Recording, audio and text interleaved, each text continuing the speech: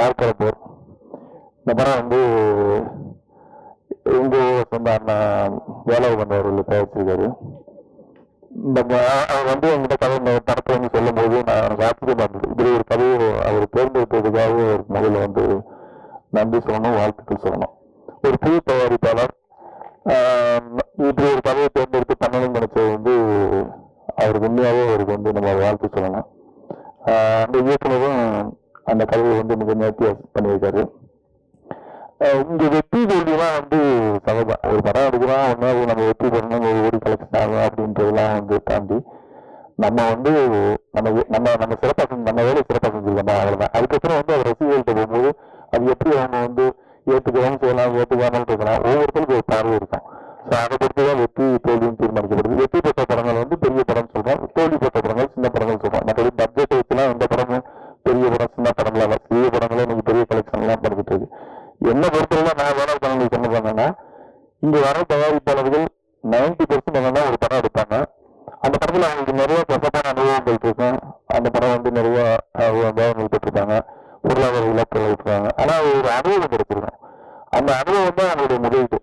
அது என்ன பண்ணா நம்ம வித்தரத்துல முடிக்கணும், வெளிச்சிருக்கின்றதா வெளியில போய் தர முடியாது.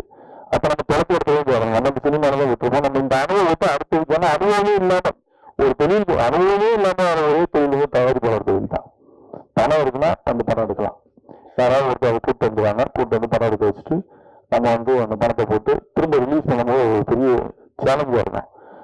ஆனா அந்த பிரச்சனைலாம் இல்லாம வேளாண் பண்ண வந்து தைரியமா ரிலீஸ் ஆகி கொண்டு வந்திருக்கான்றது வெற்றி உண்மையாவே உள்ளக்கு.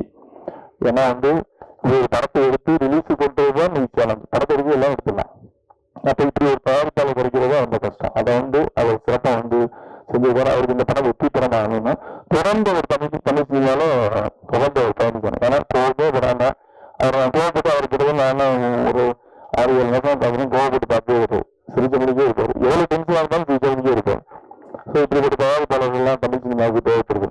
இந்த படத்தில் நடிச்ச லிங்கேஷா இருக்கட்டும், சுரேஷ்நாத் சாரா இருக்கட்டும், அபர்ணிதியா இருக்கட்டும், எல்லாருமே வந்து அவங்களுடைய பாக்குறாங்க தெளிவா பண்ணியிருக்காங்க. நான் சின்ன பையன் உட்பட எல்லாருமே நல்லா பண்ணியிருக்காங்க. அபர்ணிதி மிக சேவை பண்ணியிருக்காங்க.